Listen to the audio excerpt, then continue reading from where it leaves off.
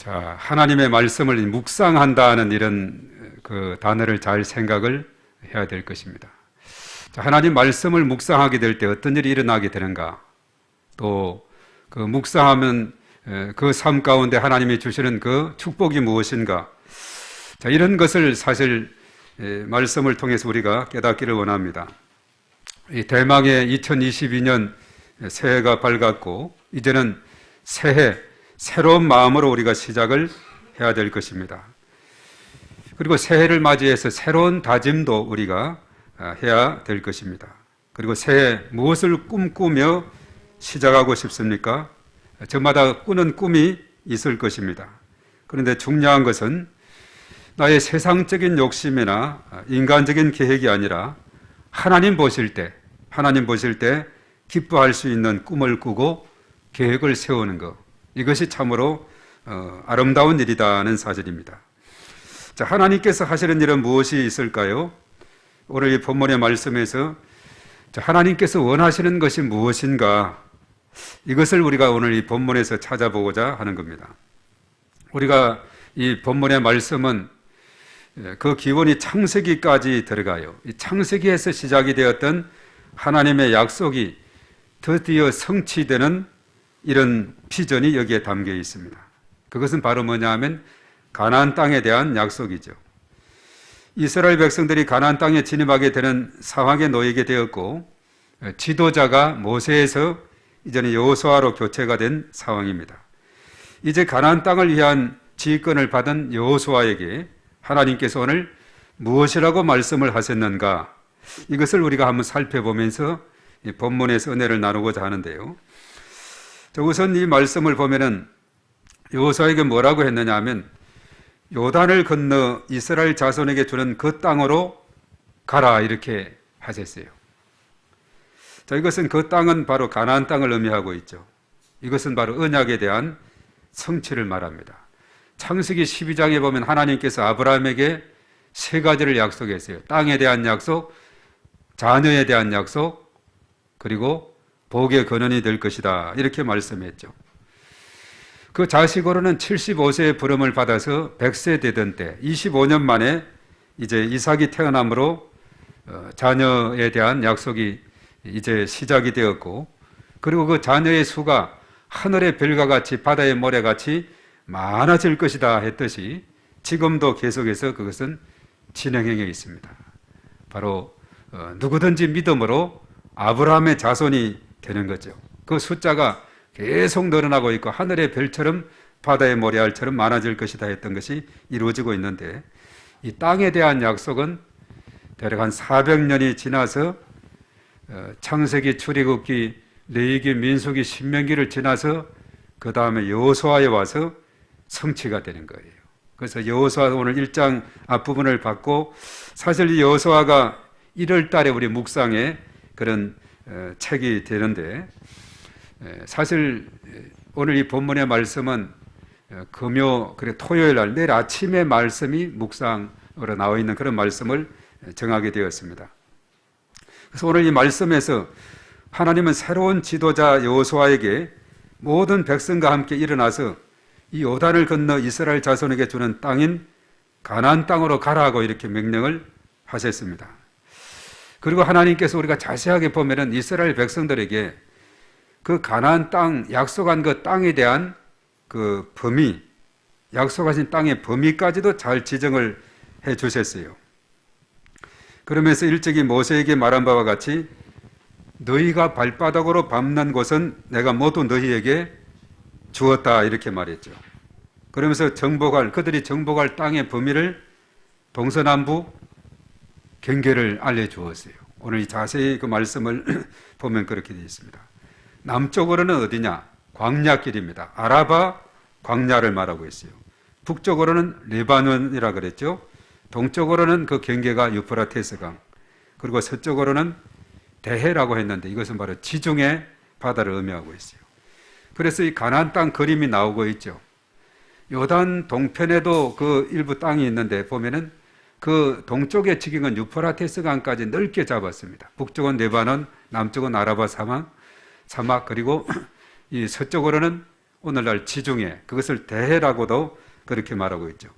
이런 땅을 이렇게 제시하면서 그 가나안 땅으로 가라 이렇게 말했어요. 물론 그 땅에는 가나안 원주민 7부족이 아주 살고 있고, 정탐꾼들이 정탐을 해본 결과 거기에 보니까 아주 거인들이 살고 있고, 아이성, 여리고성 견고한 성들이 있고, 그리고 포도송이를 주민들이 메고 가는데 장정이 그 아주 큰 그 나무를 끼워가지고 어깨에 메고 갈 정도로 그만큼 기름진 젖과 꿀이 흐르는 땅이다 이렇게 말하고 있죠. 그래서 전에 12명의 정탐꾼을 보냈는데 10명은 도저히 이러이러한 이유 때문에 안 됩니다. 그 땅을 정복할 수 없습니다 했지만은, 그러나 여호수아하고 갈렙만큼은 하나님이 함께 하시면은, 하나님이 힘주시면은, 하나님이 도와주시면은 가능하다는 긍정의 보고를 하게 됐죠. 바로 그 여호수아, 그가 이제 모세의 뒤를 이어서 이 일을 이제 실제로 성취해야 되는 그런 가운데 있게 되었어요. 그래서 하나님께서 여호수아에게 가라, 그 땅으로 가라, 땅의 범위까지도 지적을 해 주었죠. 그는 가나안 땅으로 가라는 그 명령을 이렇게 받았지만은, 그는 여호수아는 한편은 그 마음속에 뭐가 찾아오게 됐느냐, 이 두려움이라는 것이 그 마음속에 찾아오게 됐어요. 왜냐하면 그 땅을 정복하려고 생각하니까 두려움이 들어오게 되는 거죠. 자, 이런 상황에서 어떻게 해야 되는가, 참 중요한 그런 상황인데, 매트 샌들라는 사람은 불안의 시대를 사는 그리스도인의 용기라는 책이 있는데, 그 책에서 두려움이 없다면 용기는 있을 수 없으며 두려움을 느껴야 용기를 낼 수 있다, 이런 유명한 말을 했어요. 자, 이것은 불안한 상황에서 그 두려워하는 마음보다도 더 소중한 것이 있다는 것을 깨우쳐 주고자 하는 것인데, 바로 그것은 더 소중한 것, 두려워하는 것보다도 더 소중한 것이 있음을 깨달을진데 진정한 용기가 거기에서 나온다는 겁니다. 자, 그것은 뭐냐면 우리 성도들에게 우리가 이 세상을 살아가면서 두려워할 일을 마주할 때가 있어요. 본의 아니게 또 때로는 실수나 여러 가지 그런 상황 속에서 두려움이 앞을 엄습하고 있을 때, 자, 우리는 거기서 두려움에 머물지 말고 시선을 하나님께 고정해야 된다는 사실입니다. 두려움을 보지 말고 그 두려움을 해결하시는 하나님을 보라는 것이죠. 그때 용기가 생긴다는 겁니다. 오늘 여호수아 같은 경우는 은근히 두려운 마음이 생기는 거예요. 거기에는 가나안 7족속들이 아주 견고하게 진쳐 있는 그런 가운데 있고, 저 땅을 가서 차지하려고 생각하니까 이게 보통 일이 아니거든요. 두려움이 있게 돼요. 그 하나님께서는 그 땅으로 가라, 밟는 것을 다 너에게 주었다. 그리고 거기에 땅 경계까지도 다 언급했죠. 그러면서 오늘 5절과 9절의 말씀에도 중요한 말씀을 합니다. 여호수아를 격려하고 보호의 약속을 하고 있습니다. 하나님이 내가 함께 할 것이다 라고 임마누엘 하나님을 가르쳐주고 있습니다. 내 평생에 너를 능히 대적할 자가 없을 것이다 라고 격려를 했어요. 자, 저기에 나와 있죠. 5절 말씀을 한번 읽어봅니다. 시작. 내 평생에 너를 능히 대적할 자가 없으리니 내가 모세와 함께 있었던 것 같이 너와 함께 있을 것임이니라. 내가 너를 떠나지 아니하며 버리지 아니하리니. 예. 내 평생에 너를 대적할 자가 없을 것이다. 얼마나 그 두려워하는 여호수아에게 큰 용기가 되는지 모릅니다. 큰 격려가 되는 것이죠. 그리고 이제 말씀했어요. 모세와 함께 했듯이 너 여호수아 너에게도 함께 하겠다. 이런 말씀을 하시는 거죠. 우리가 출애굽기 3장 12절에 보면 그렇게 했어요. 하나님이 이르시되 내가 반드시 너와 함께 있으리라. 내가 그 백성을 애굽에서 인도하여 낸 후에 너희가 이 산에서 하나님을 섬기리니 이것이 내가 너를 보낸 증거니라 라고 했어요. 내가 반드시 너와 함께 할 것이다. 우리 한번 따라하겠습니다. 내가 반드시 너와 함께 있으리라. 자, 이게 얼마나 큰 위로가 되고 격려가 되고 용기가 되는지 모릅니다. 그리고 하나님께서는 여호수아에게 너와 함께 할 뿐만 아니라 내가 너를 떠나지도 아니하고 버리지도 아니할 것이다. 그리고 어디를 가든지 함께할 것이다. 바로 이 말씀은 여호수아에게 큰 용기와 위로의 말씀이 된 줄로 믿습니다. 바로 두려워하는 자들에게 이러한 격려를 해주고 내가 함께할 것이다. 너를 능히 당할 자가 없게 될 것이다. 얼마나 큰 용기가 되는 말씀인지 모릅니다.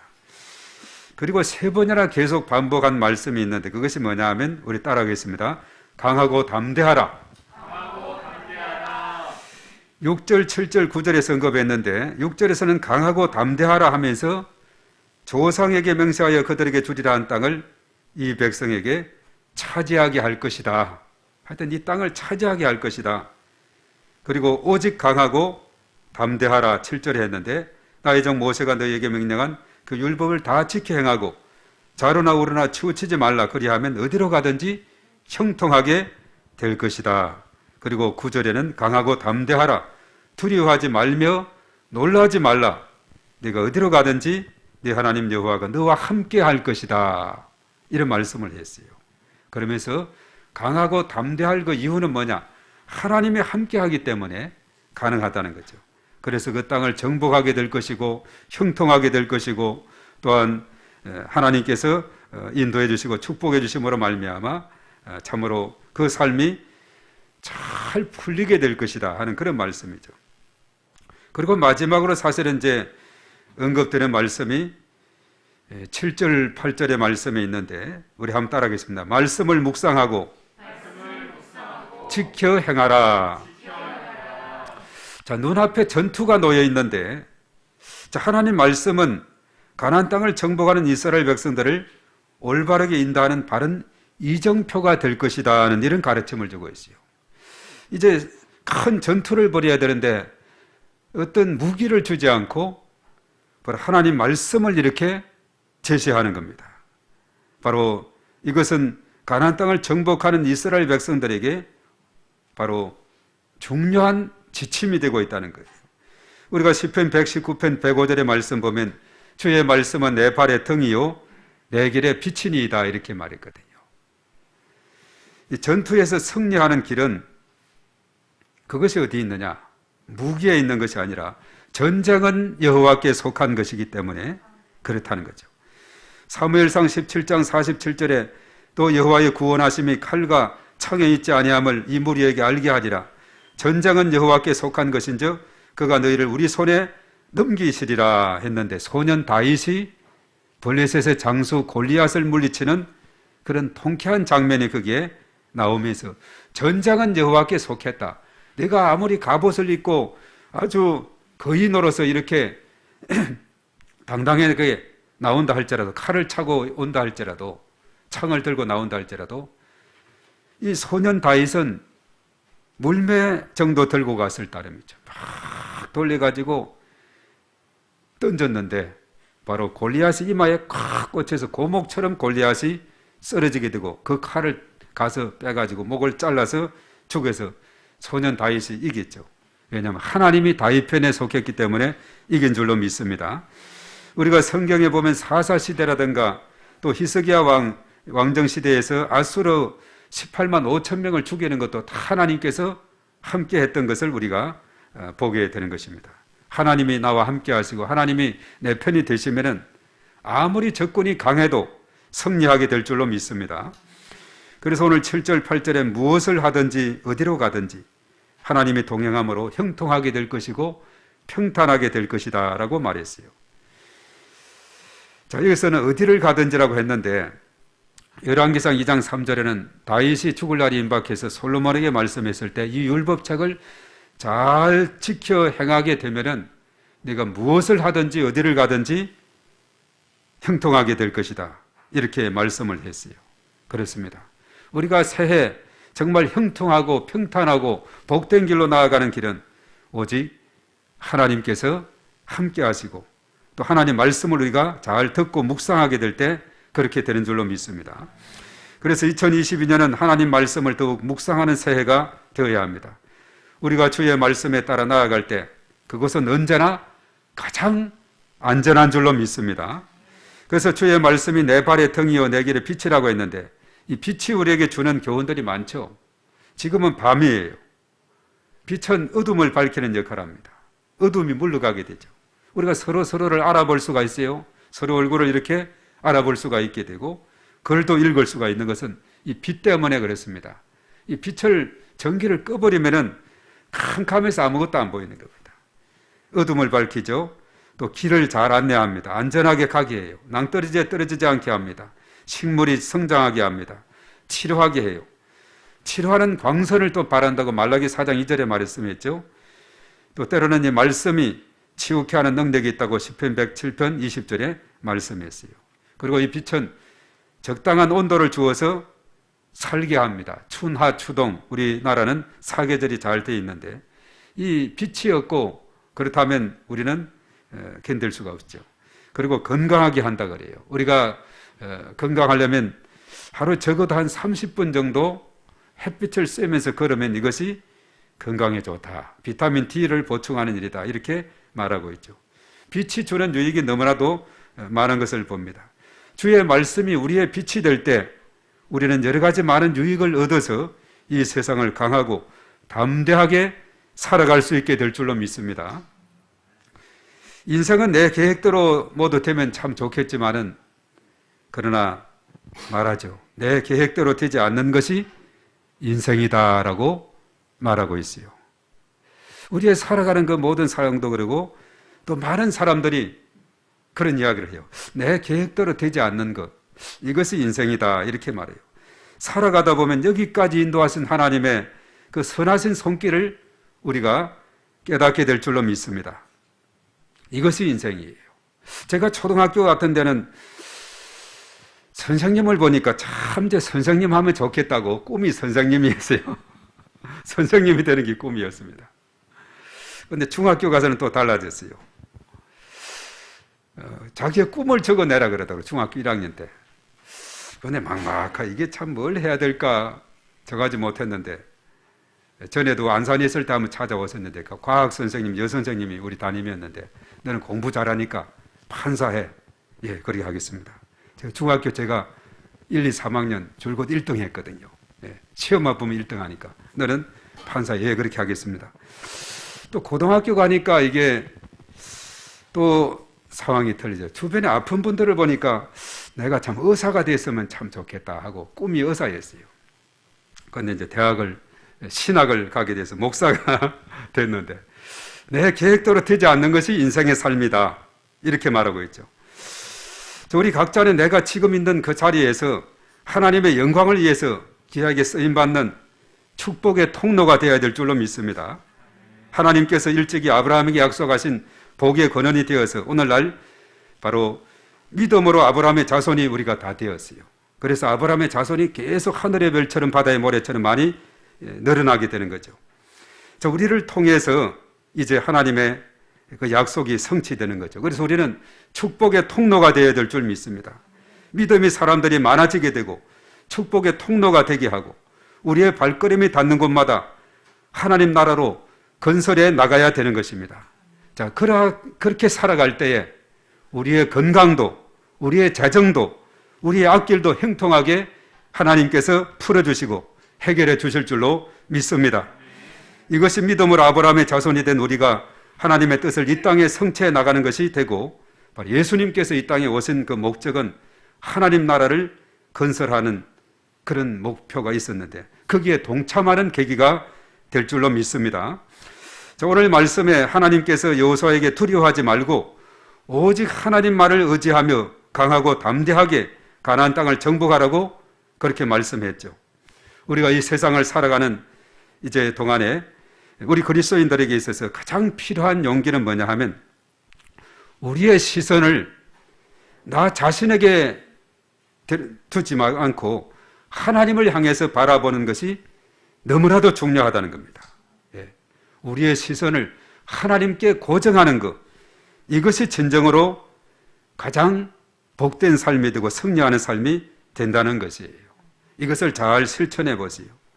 우리의 시선을 다른 세상으로, 나 자신으로, 인간의 욕심과 인간의 자아로 돌릴 것이 아니라 하나님께로 돌리게 될 때 하나님은 창조자, 역사의 주관자, 모든 것의 모든 것 되는 분이기 때문에 그 하나님을 우리가 믿고 나아갈 때 하나님께서 우리의 길을 열어주시고, 오늘 여기에 그랬죠. 함께 하게 되면은 능히 당할 자 없다. 가나안 땅 문제 없다. 두려워하는 여호수아에게 용기와 또 격려와 힘을 주게 된 것을 우리가 보게 되는 거죠. 그 하나님은 문제 해결자가 되시고 두려움도 쫓아내게 되고 어두움도 쫓아내는 그런 하나님인 줄로 믿습니다. 그래서 2022년 새해는 하나님의 약속의 말씀을 우리가 굳게 붙잡아야 돼요. 그리고 그 말씀을 순종하며 나아갈 때 반드시 하나님은 더욱 좋은 것으로 우리에게 채워주실 줄로 믿습니다. 그래서 새해는 더욱 성숙하고 하나님께 더 큰 영광을 돌려드리며 더욱 큰 복을 받아 누리고 나누는 저와 여러분들이 다 되시기를 소망합니다. 그리고 제가 늘 기도하는 제목 중에 하나가 있습니다. 어제보다 나은 오늘, 오늘보다 나은 내일, 지난해보다도 더 나은 새해가 되기를 소망합니다. 예, 이런 기도 멋있지 않습니까? 예, 지난해보다는 새해 점점 나아지는 그런 삶이 저와 여러분들에게 넘치게 되기를 바라겠어요. 그래서 우리의 개인과 가정과 사업장, 일터의 모든 삶이 시간이 지남에 따라 점점점 나아지는 복된 삶이 펼쳐지기를 주님의 이름으로 축복합니다.